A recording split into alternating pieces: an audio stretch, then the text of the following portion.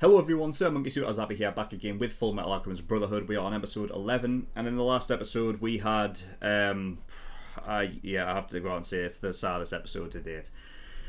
And I can't believe we're only 10 episodes in and we're already getting, like, you know, these terrible moments, like, that. I mean, I couldn't have even told you, like, if I was to name, like, at the start of the series, like, which character that was, like, actually a prevalent character would die first, I wouldn't have named Hughes, because the guy's, like, he was like the sort of light-hearted nature of the show, almost in a way. Like, he was that kind of comic relief character that kind of kept things light-hearted, kept things sort of, you know what I mean? Like, he felt the most almost grounded in a way, and I guess, like, some of that, I guess, has to do with the fact that he isn't really, like, an alchemist, in, like, that sort of main group of people with, like, Mustang and, you know, Major Armstrong and whatnot, and, you know, with him being, like, a part of that group and not being an alchemist, but, like, you know, to keep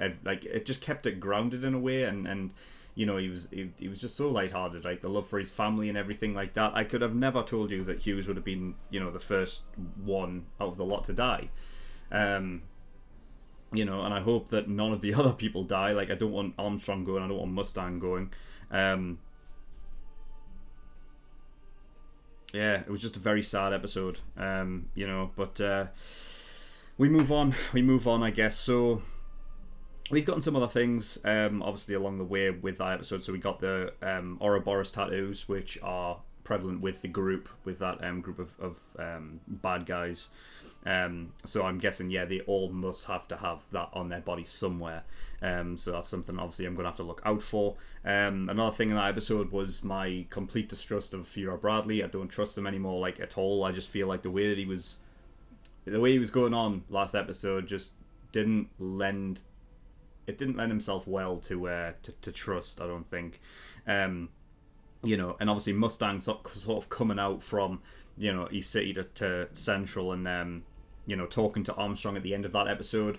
Armstrong giving away subtle hints, subtle clues, which I'm going to believe that he did that on purpose, knowing that Mustang would actually get it, you know, which makes me believe that Armstrong...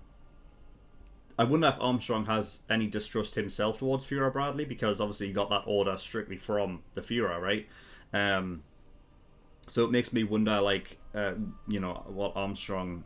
like, what his feelings are on Fuhrer Bradley as well, because clearly Mustang just doesn't like him at all, you know, and obviously I'm going to take Mustang's side over Fuhrer Bradley, aren't I? So, you know, and Mustang doesn't like him, so, you know, there is all of that, and there's a reason, obviously, why Hughes did not use the private line to go through. Like, I know Bradley was talking about how, like, you know, you can't trust anybody in, you know, there's got to be somebody on the inside kind of thing. But I don't know, I just feel like that there has to be something, a reason for these uprisings that are happening. And I feel like all of it is down to Fuhrer Bradley. And there's the possibility of Bradley being the father that Lust keeps talking about. So, you know, we'll see what happens with that. But yeah, so... Oh, rip to Hughes, and yeah, we're getting to episode 11. I believe that we'll probably be getting to... the Elric brothers and Winry going to shit, what was it? Where was it?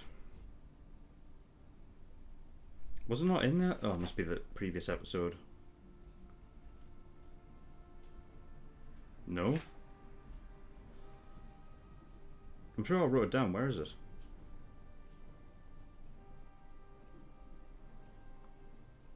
Oh, Doubleth, there you go. That's the one, yeah, because they're going to see their old teacher, right? So, yeah, I think we're stopping off at the home of the Automail or whatever it is along the way, right? Because it's on the path through. So we'll probably stop off there for this episode, but we'll find out when we get into it. So yeah, that's what we're going to do. There's also a link to the full length if you want to get access to the full length reaction to the show, not just the 10-minute cut version. Then the offer is there for you. But yes, nothing else really to talk about. So we're going to get in episode 11, see what we get. So without further ado, let's go.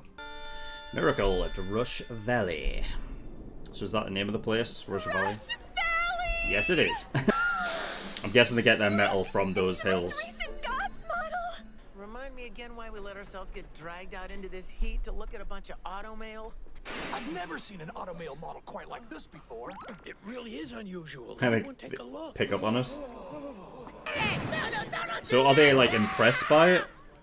Don't be so rude. They just want a closer look. This is why I steer clear of Bloody hell. automail engineers. Oh no! Something wrong, Ed? My silver watch. Gone. It sounds like you guys had a run-in with Panina. Panina? A pickpocket around here who likes to target tourists. Bloody Let's pickpockets. see, where is she again? I know what might jog my It's memory. got an automail eye. If only we're gonna have just one more look at that automail. The automail shop run by an engineer named Dominic. It's all your fault for dragging us that stupid automail down in the first place. My fault? You're the one who was dumb enough to let his watch get stolen! Oh, really? Hey, you guys? What the hell? Could that be her? Bitch! That's quite good, fucking good eyesight from that far away. Oh my god. Jesus. Fuck. How'd you do that, mister? I'm an alchemist. Want more? Christ. Wow, so cool! I've been waiting for you. Oh shit, trapped. So you get all this one. Cool. Nicely done, Al. My watch. What the fuck? Come on, you can't be too surprised. Oh, of course, You've it's got an seen the town, automail haven't you? leg, of course. Oh, Damn it. man. The fuck My is... other leg's got a 1.5-inch cannon. What do you think of that? Catch me! Well, now, how do you like that? That wasn't so hard. No way I'm letting her go. Not until I've had a closer look Of at that course. automail. Of course. I'm sure they'll be friends in, like, you know, half an episode's time. I've never seen craftsmanship like this before. The work you've done is simply fantastic. You're a wonderful engineer. Oh no, don't look at me, miss. I wasn't the one who made them. I am. God, this guy's gruff, isn't he? I did. That settles it. Mr. Dominic? I beg you, make me your apprentice. Not a chance, girl. Sorry about that. My old man can be pretty stubborn. Preggers. Excuse me, but are you having a baby? Why, yes, I am. Would it be alright if I touched your tummy? Go right ahead. He can't feel anything, though, can he? Or can he? I didn't think you'd be able to. But maybe it's the thought of, like, for Al, like, an actual human with a body that's being grown. There's a miracle in your stomach. Are you okay? Contractions? If you don't mind me asking, what happened? I was in a train accident when I was a kid. I Oh. killed my parents. I wound up losing both my legs in the wreck. It felt like my entire world had come crashing down. Well, That's when I met Mr. Dominic, and everything changed completely. they've got something in common. Not having parents. You look like the most miserable, pathetic girl in the entire world. Nothing annoys me more than mopers like you. Let me go, you mean old man! Put me down! Instead Bless of her. eyes like a dead person. Just threw it to the... They didn't even take So, care of her, like, without after anyone that. ever asking just- my opinion, I was outfitted with automail legs. The surgery and rehabilitation were painful, by far the hardest thing I've ever done. But then... soon enough, I was back up on 2 legs and I was so happy. I owe him everything. I'm gonna pay him back somehow, even if it takes me my whole life. That's why you're a thief? If you're so grateful to him, you should clean up your act and stop picking pockets. Mr. Dominic gave you these legs out of a selfless act of goodwill. So if you really want to pay him back, use that act as an example. Stand up and get to work. Mr. Dominic would respect you more for doing that than for stealing. You know what? You're right. From now on, I'll work honestly to pay him back myself. I should probably give this thing back. Yep. Hey, what? Uh-oh. I think I may have broken it or something. No, don't worry. It wasn't you. It's been sealed up using alchemy. Something's in here. He's too embarrassed to let anyone see. It's gonna be something. It's like a picture of a mother, maybe. Don't forget October 3rd, year 11. Here, you should give this back to Ed. What is it, Winry? Nothing. The baby's coming! The baby's coming! Oh right, yeah. So she was having contractions then. In a storm like this, we can't get her to the hospital in town. I'll fetch the doctor myself. It'll come whenever it's ready to. I knew she was gonna scream out the next one. It's very inconvenient to have this house like out in the middle of nowhere when she's pregnant, isn't it? We're just going to have to do it. Have to do what? Deliver it. Ed and Al, go and get me some boiling water. Sure, Winry. Panina, go find some towels and hurry. Roger. Oh, and some ice chips. We'll put them by Miss Satara's bed. She's quite reliable, isn't she? Winry comes from a family of doctors. She grew up reading medical textbooks instead of picture books like most kids her age. Okay. That's all well and good, but it isn't exactly the same as a medical degree. Right now, the only choice we have is to defer to her knowledge and the sheer force of her nerve. Well, in the same sort of vein, Ed and Al learn alchemy through books. You know? Panina, give me a hand in here. Sure, you got it. When it really counts.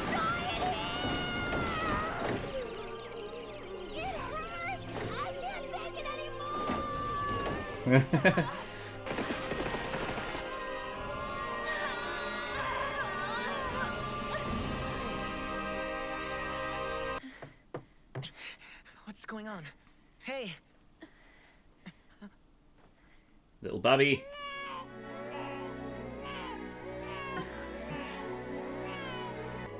It's a baby! Hooray! Awesome! It's a real-life baby! Awesome! Awesome, awesome, awesome! Really? Awesome? That's all you can think of to describe this? This is the birth of a new life. Alchemists have worked for centuries, and we're still not able to do that. A person creating another person. I was gonna say, it's An interesting. occupational hazard. It's just the way I think. Interesting, like, thought Besides, process, isn't it? Whatever you say, it really is awesome. People are awesome. It's humiliating to be carried by a boy who's smaller than I am. Could easily drop you, you know. You gotta bring that up. Ed, I saw it. The engraving that's inside your pocket watch. Ow, ow, ow, that really hurt! I'm trying to think what it would be. I'm so sorry. I haven't shown that to anybody, not even Al. An admonition to myself. I hate to admit how weak I am. That I had to give what happened that day substance and then carry it around with me as a reminder. Yeah, so it was the day he did human transmutation then. Oh, was it the day he burnt the house down then? That's what it was? So I guess it's from the day that he's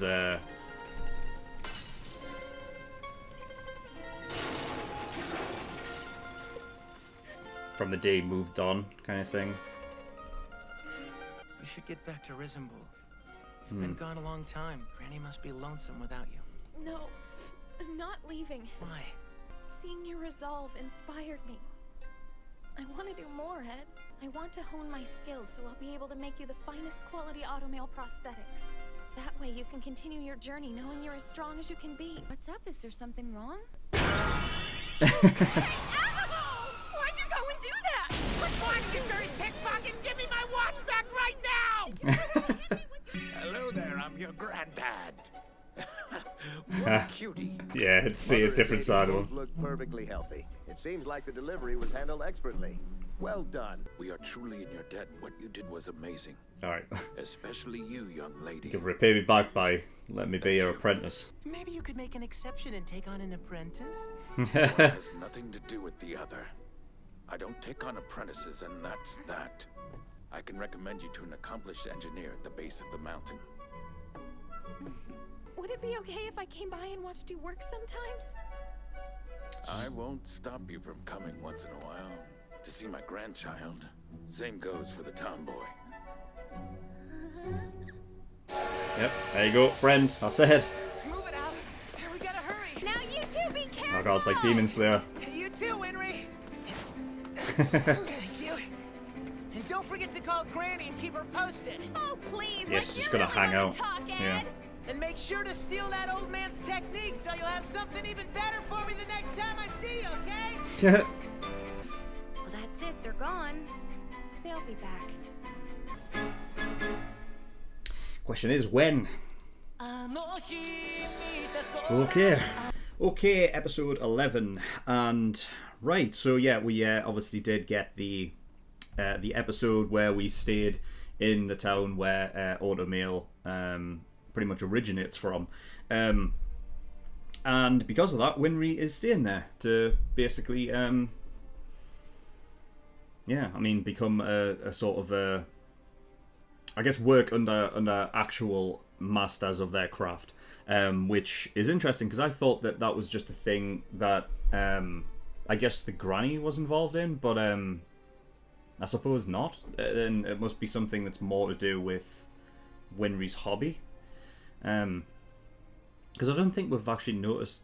Well, no, because Granny was getting involved with it in some ways, wasn't she? So I don't know. Maybe it's just a case of like it was just more of a hobby type thing, and maybe it seems as though it might be rare that anybody involving Automail is doing so outside of Rush Valley, because the way that the sort of the township were like, you know, marveling over this Automail that they've never really seen before, and that they can sort of see it down to like clearly like some kind of minute detail, because they were able to just spy the difference of it like straight off the bat without actually taking a real close look.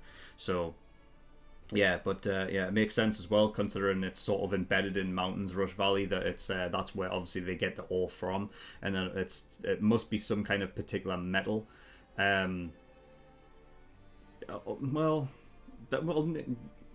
Actually, you know what? I don't think that probably would be the case, because even when Winry was making the new arm for Ed, she was talking about how she changed up at least the measurements of different sort of metals that she was using, and she was using less chrome, I think, because it was more prone to rusting. So yeah, I don't really know if it is a specific type of metal that it is that they're using more so than others, but whatever, you know, the fact is that whatever she was using was clearly much different from really what is, I guess, normally used in terms of Automail.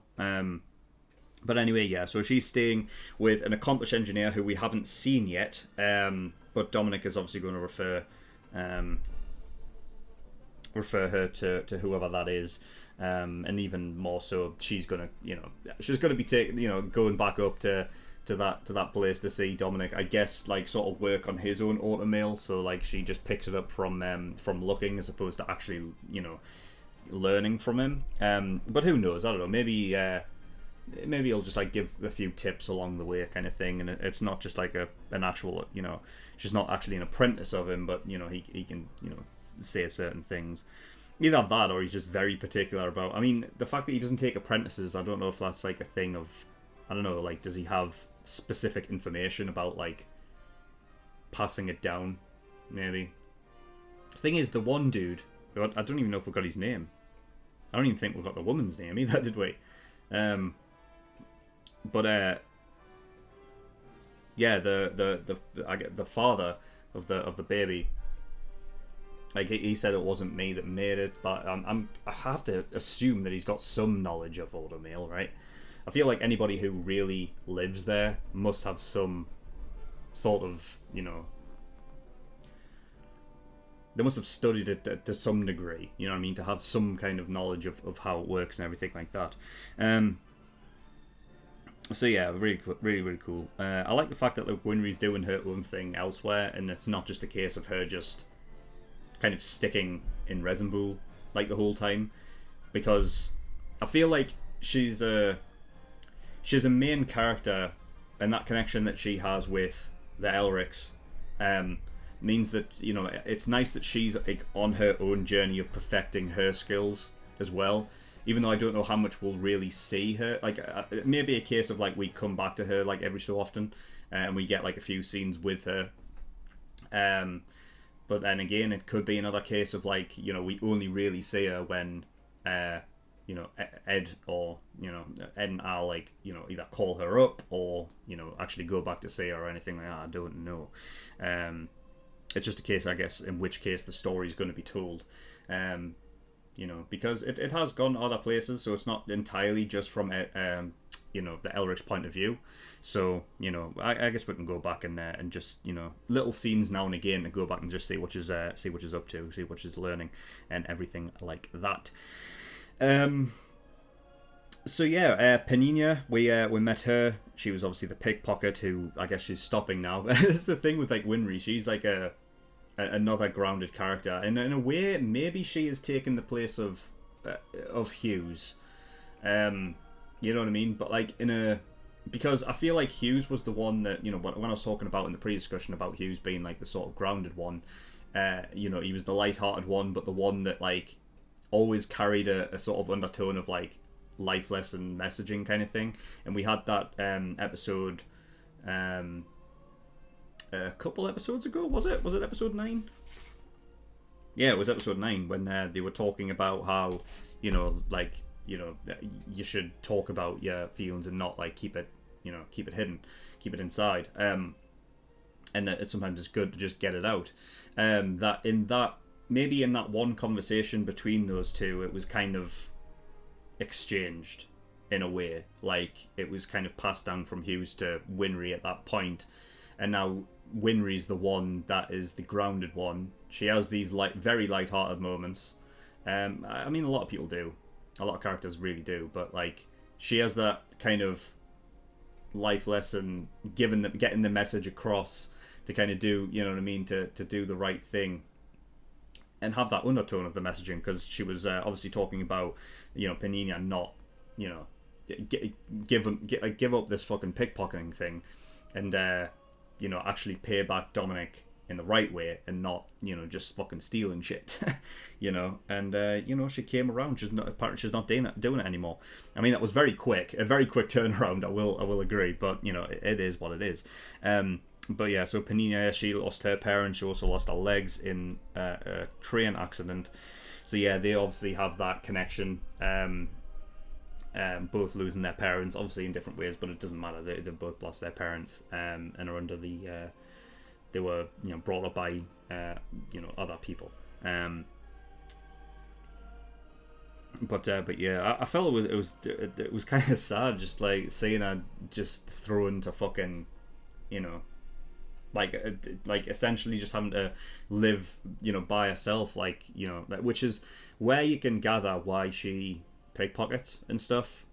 You know, that's been a thing for forever. You know what I mean? If you look even like just back at, you know, what, like Charles Dickens novels like Oliver Twist and shit, where, you know, the kids that are unfortunate in life, they're kind of like in the, you know, in the gutter, so to speak, that the way that they live their lives is by, you know, it's like pickpocketing and everything like that, you know. So if you grew up in such circumstances, it's much easier for you to get involved with that kind of shit. So, you know, that's obviously where that must, you know, come from. But I just think it's sad that like a girl with, you know, especially as young as she was as well, you know, with no legs, you know, just basically left to fend for herself is just fucking horrible, you know what I mean? But Dominic took her in. So yeah, Dominic, obviously that big gruff guy, he obviously has that sort of underlying like side that he doesn't show very often, but that caring side that obviously we saw when he picked up Panina to look after her, but also when the baby was born, and he becomes Gramps. So yeah, really, really nice. Yeah, so in the State Alchemist badge / pocket watch, he engraved the date October 3rd, year 11 on it, which I thought before it was actually stated that it was the day that he committed the human transmutation thing, but he didn't. It was the day that he burnt his house down. So in a way, I've talked about this in like briefly in a previous episode, about how the episodes kind of encompass a message as a whole, that is sort of underlying in the whole the entire episode. And I feel like this one, because he obviously engraved that date into the pocket watch itself, it was kind of the date that he started almost his new life, and it kind of continued on from there. So he has that specific date, which tied with the baby being born is kind of like it's kind of like he was, talking about, I guess, reincarnation. Like, it's like he started again. He started a new life, right? So reincarnation is kind of like just like a more grandeur word that I'm going to use. Is that, he had the life before that and he had it after that. You know what I mean? It was the event of where he had to leave that past behind and just keep moving forward.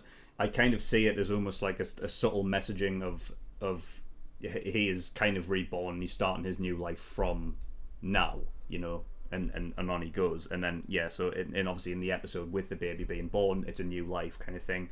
I could be reaching for that, but it seems like it's too similar to not have meaning in that. You know what I mean? So yeah, I feel like that's the great sort of subtle writing about this show. I think is that you can see the sort of the continuation of obviously the story of the overarching thing, but having these little pockets encapsulated in like episodes of like things that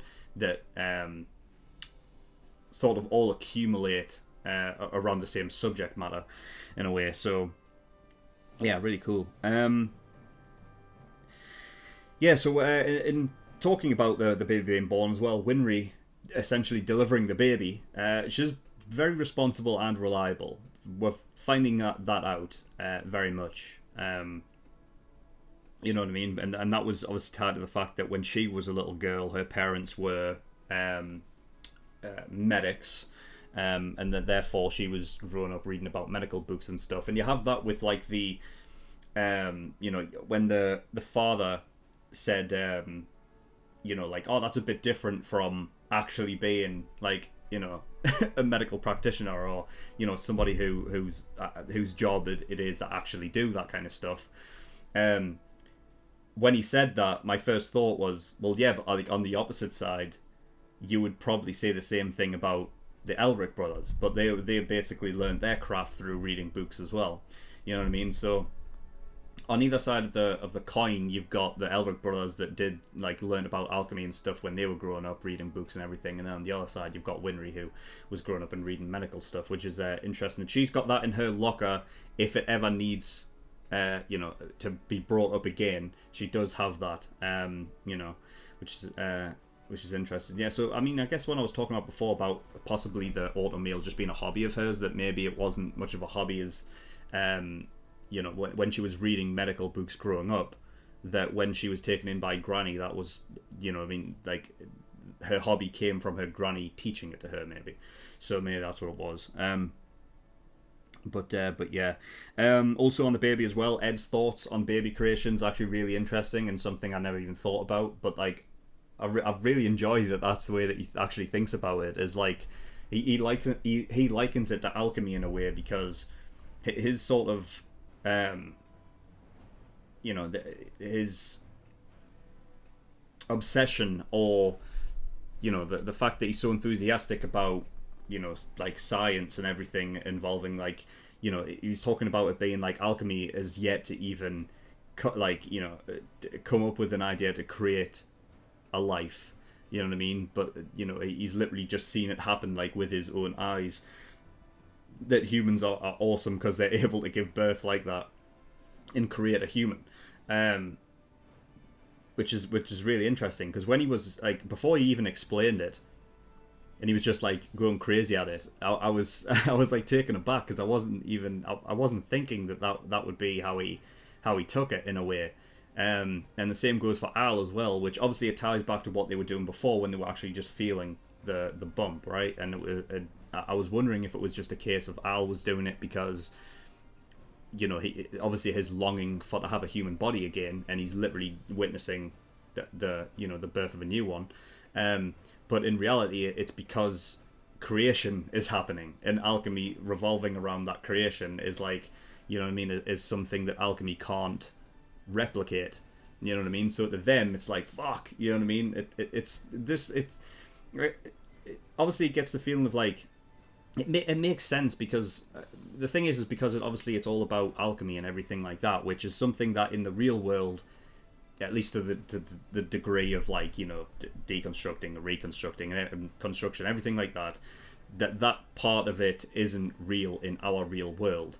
But the you know, if you're talking about general scientists and everything, and their goal of just keep on trying to, you know, to you know, test out and experiment and all these different things to get more answers as to how all of this, like, why all of us are here and everything like that, also rings true for Ed and Al, like, because all of the science, like, it's still based around science. So everything that is something that they, you know, can't understand, how, you know, like, why are they there and everything like that, and how, you know, how could that even tie into alchemy or anything like that, how it ties into the whole world, is something that they're excited about. So yeah, I really enjoy the fact that Ed was so enthusiastic about the you know, the creation and birth of a baby.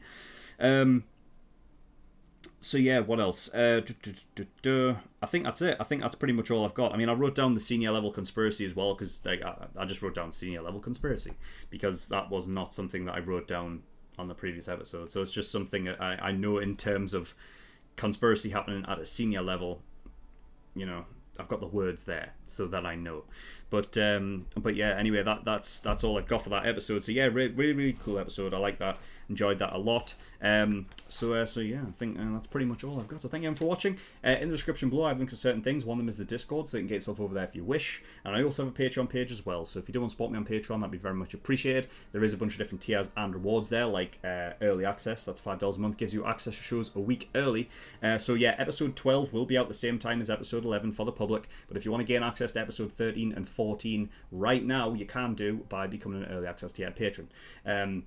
And obviously you get them a week early. There's also the full length tier if you want to watch any of my reactions to these shows in full and not just the cut 10-minute version, then that is the one for you. And there's also the exclusive tier, which gives you access to movie reactions and things like that. So if you want to watch my reactions to movies, which are coming up very soon, then yeah, that's the tier for you. But that's all I've got. So thank you for watching. I'll see you all next time.